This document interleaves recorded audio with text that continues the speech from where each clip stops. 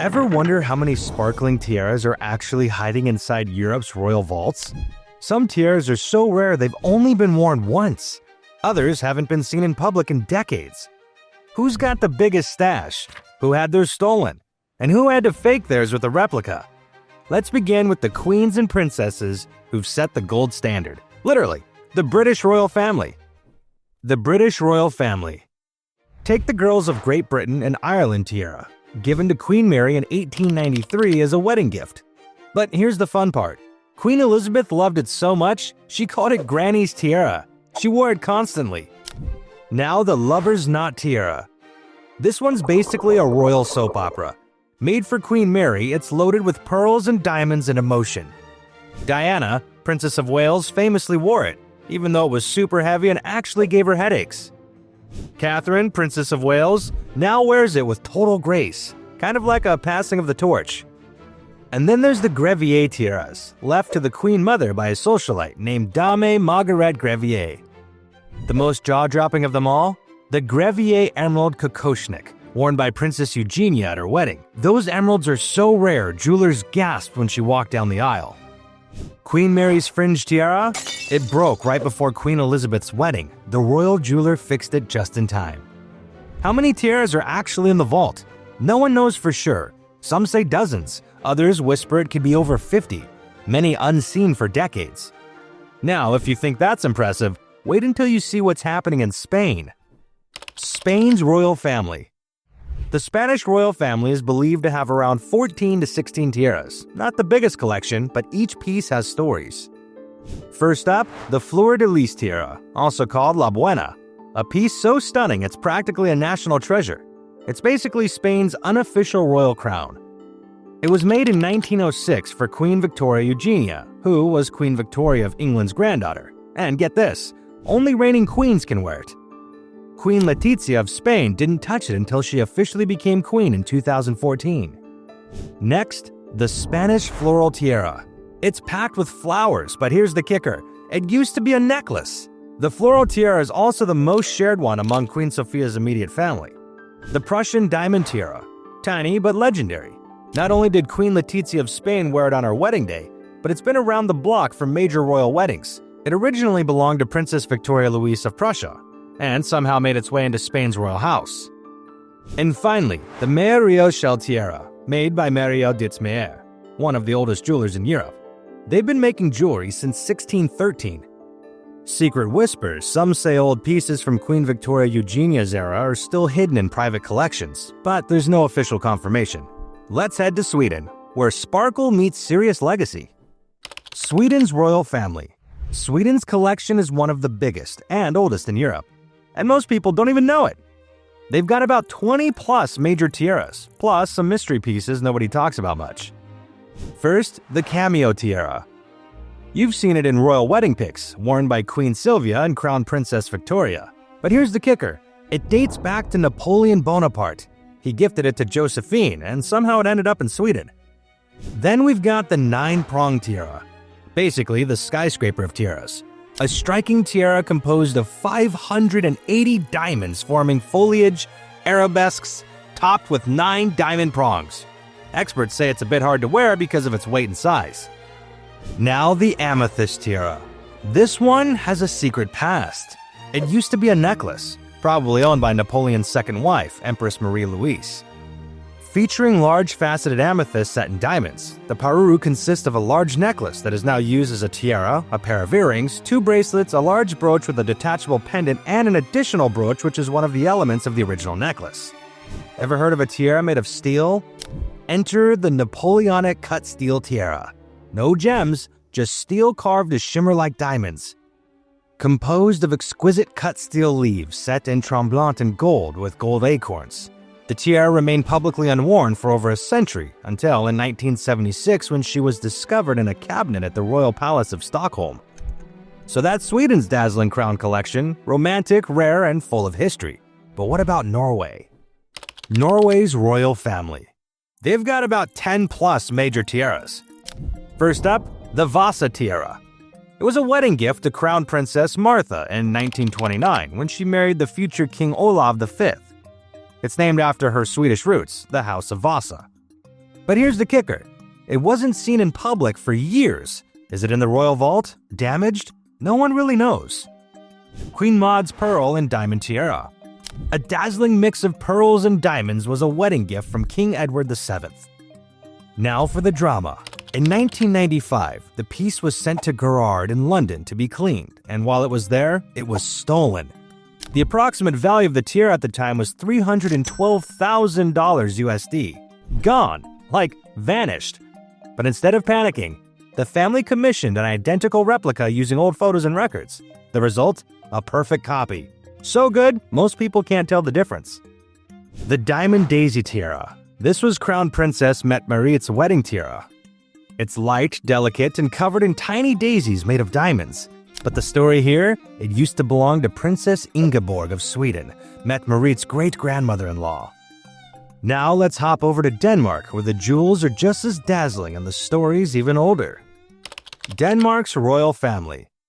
First up, you have to meet the Danish ruby Peru tiara. This thing is iconic. It's more than 200 years old, packed with rubies and diamonds. And it's one of the oldest complete royal ruby set left in the world, still in use today. And get this, it was originally made for Napoleon's coronation back in 1804. Next, the Pearl Poiré tiara. It's loaded with 18 dangling pearls, called poirères, because they're shaped like little pears. It was a wedding gift from the King of Prussia. Then there's the Floral Aigrette tiara, composed of 3 flexible diamond floral elements set with an en tremblant diamond flowers, which date from around 1850. Queen Margaret II loves this one for its lightweight design. Next, the Midnight Tiara, created in 2009, composed of leaves and slender branches in silver, 18-karat pink white gold, and 31 knobs with specially cut moonstones and 1,340 brilliant cut diamonds. Crown Princess Mary actually helped design the Midnight Tiara. Denmark's royal family have approximately 15 plus tiaras. One more secret you should know. Some of Denmark's tiaras have heirloom status, meaning future queens must wear them, but they can't sell or change them. It's like a royal rental agreement, forever. From Denmark's elegant heirlooms to the Netherlands' jaw-dropping diamonds. Netherlands' royal family. This royal family is believed to have around 25 plus tiaras, one of the biggest collections in Europe. Let's start with the superstar, the Stuart tiara.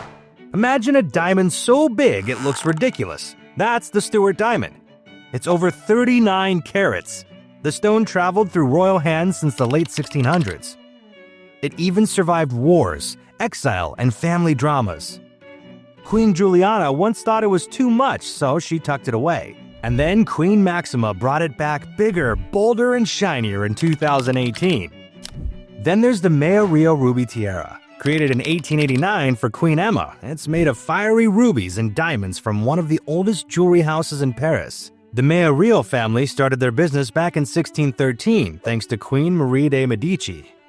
Now, buckle up for the Dutch Sapphire Tiara. It was made in 1881 with 655 diamonds and 33 blue sapphires. Queen Maxima didn't just wear it, she made it legendary at King Willem-Alexander's inauguration. Next, the Pearl Button Tiara. Simple at first glance, but historians think it was made by reusing Queen Sophie's brooches from the 1800s. Just across the border, the Belgian royals have their own sparkling legacy. Belgium's royal family. They've got about 5 plus major tiaras. Why so few? You'll find out a little bit later. Let's start with the 9 Provinces Tiara. It's the symbol of the Belgian monarchy, gifted to Queen Astrid in 1926. Tragically, she died young, but the tiara lived on. It's modular too. The diamond bandeau can be worn separately. Then there's the Wolfers Tiara, a mysterious beauty made in 1960 by the famous Wolfers jewelers. In the 20th century, the Belgian royal family faced financial pressure and high inheritance taxes, especially after both world wars. Many tiaras were considered private property, not state-owned, which made them easier to sell. Some were seen as too lavish for the times. While some stunning pieces like the 9 Provinces Tiara survived, others simply disappeared, either sold at auction or passed into private collections around the world. Luxembourg's royal family. Estimated number, around 15 plus tiaras. Some experts suggest even more. You wouldn't expect this tiny country to have such a royal jewelry stash, but wow, they've got some real stunners. The Empire Tiara is huge. It dates back to the Napoleonic era and is so big most royals only wear it for weddings or coronations. Then there's the elegant Belgian scroll tiara, given to Princess Josephine Charlotte of Belgium as a wedding gift in 1953. The tiara was made of 854 diamonds set in platinum, with a total weight of 46.42 carats. The central 8.1 carat diamond can be removed to be worn as a ring, and the entire central element can also be worn as a brooch. Want another twist? The family rotates tiaras among daughters and daughters-in-law like shared heirlooms. New brides often borrow tiaras from the Grand Duchess' personal collection for their wedding days.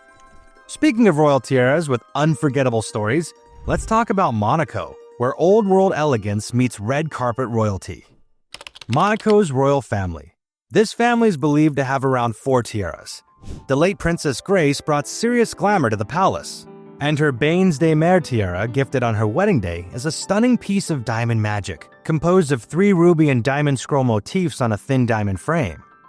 While she wore a bunch of grand jewels throughout her life, Diamond Tiara, 214 modern cut diamonds and 42 baguette diamonds in a festoon setting, and her Bains de Mer tiara were Princess Grace's only 2 tiaras that she personally owned, and the Diamond Tiara was her most frequently worn tiara.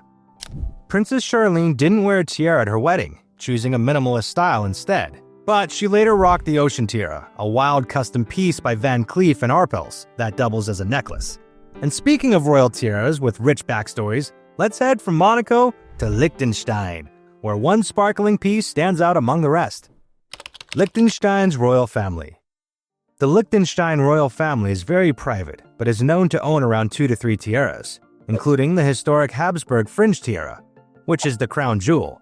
It's got a serious history, originally made in the 19th century and passed down through the Austro-Hungarian imperial family. But here's what makes it cooler. The tiara connects Liechtenstein to one of Europe's most powerful dynasties, the Habsburgs.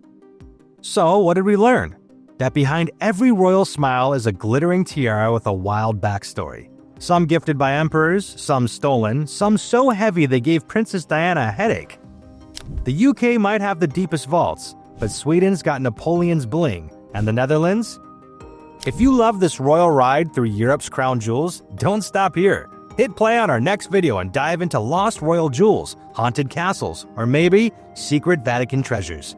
Trust us, the sparkle never ends.